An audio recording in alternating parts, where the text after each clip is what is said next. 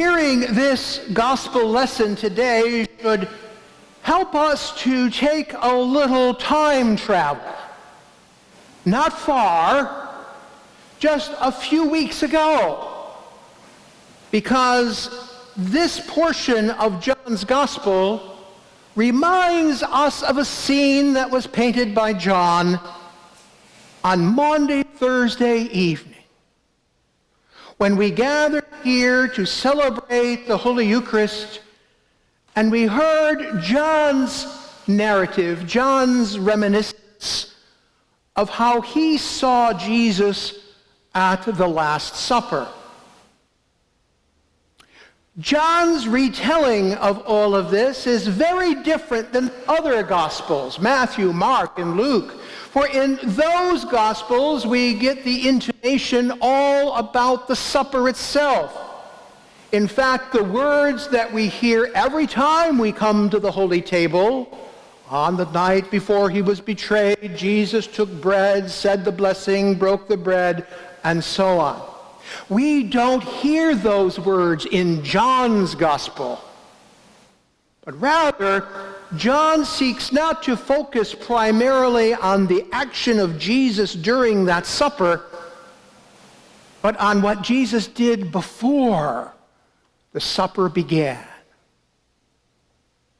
We don't have the entire passage before us, but in our time travel, perhaps it is important for us to remember that about this time in this event was when Jesus, the master teacher, the Lord of the disciples that were there, took off his tunic, bound himself with a towel, and went out about the business of washing his disciples' feet.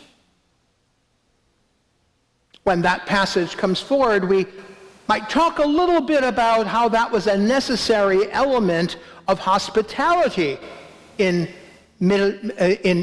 Palestinian homes in the time of Jesus. Because people traveled dusty, dirty roads, and when you came in to share a dinner and you were reclining at a table, nobody wanted dirty feet around. Usually this was the task of a lowly servant in the house.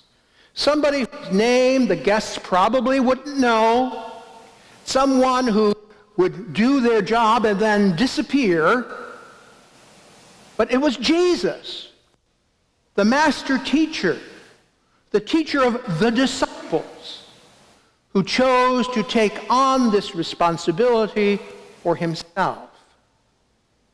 Now, this was not simply by default. It wasn't simply because there were no servants about to do this. Jesus did this with great intention and with great purpose. This, alongside everything else, was one of the things this master teacher went to teach his disciples.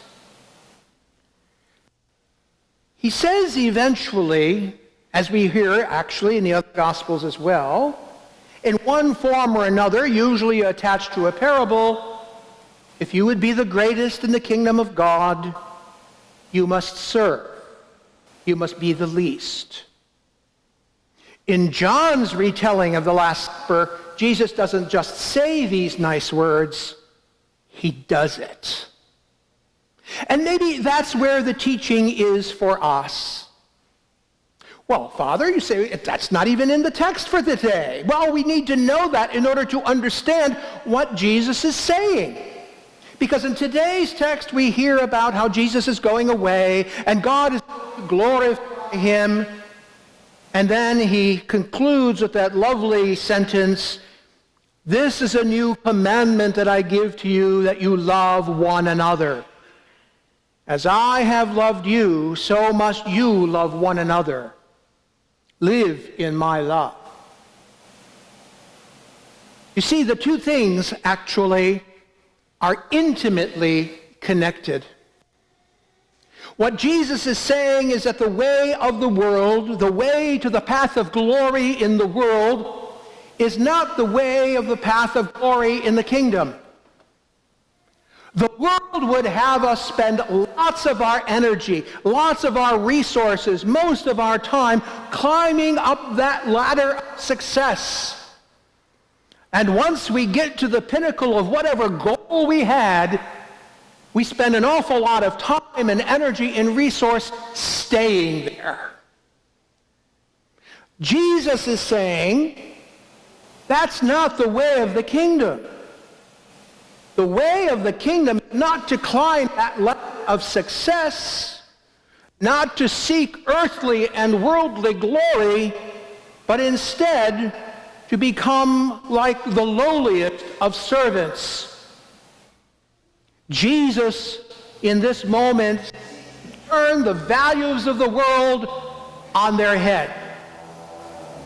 Put everything upside down from what we might have learned from the time that we were young children, and what our teachers and our school and our culture teaches us is success, is actually not true. I'm not saying it's a lie, that's a different thing. But the way to truth, the way to the real meaning of life, the way to what really gives us contented hearts and hearts that are full of joy, is the way of service. And that the measure of our love for one another is the degree to which we seek to serve one another. So when Jesus says, this is how they will know you're my disciples, by the way you love one another, what he is envisioning is a community of folk who strive not to be at the top and to be the manager of all, but rather everyone who strives to be a servant to all. Imagine what our world would be like if we took that to heart. If the world around us saw what we were doing and say, yes, that's the way. Would we have a war if we were at service to one another?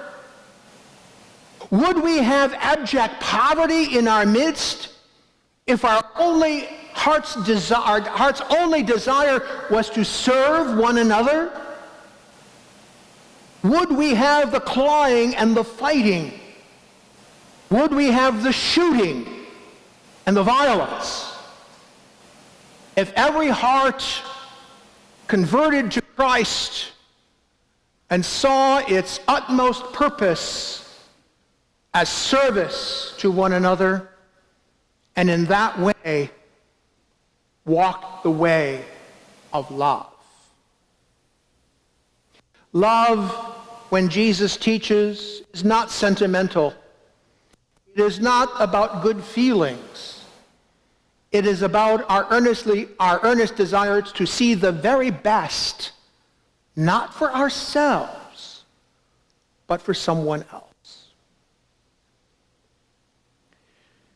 We look at the world around us, and we can see all of the terrible things that are happening. War, poverty, senseless violence, racism, bigotry, political infighting, all of it.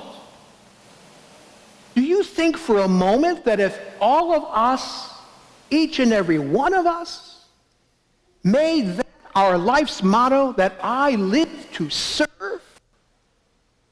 would these things be real anymore? Oh, Father, you say, it's an impossible task. Everybody doesn't think like Jesus. That's true. But you see, it has to start somewhere. And as far as Jesus is concerned, it has to start right here.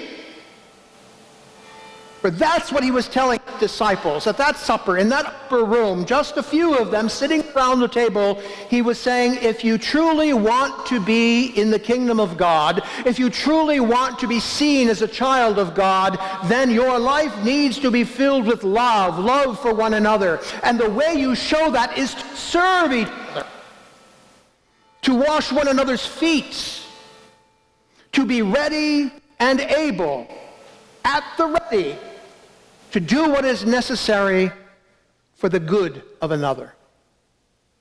Not thinking of yourself or what you're going to get out of it, but rather simply because you are filled with love.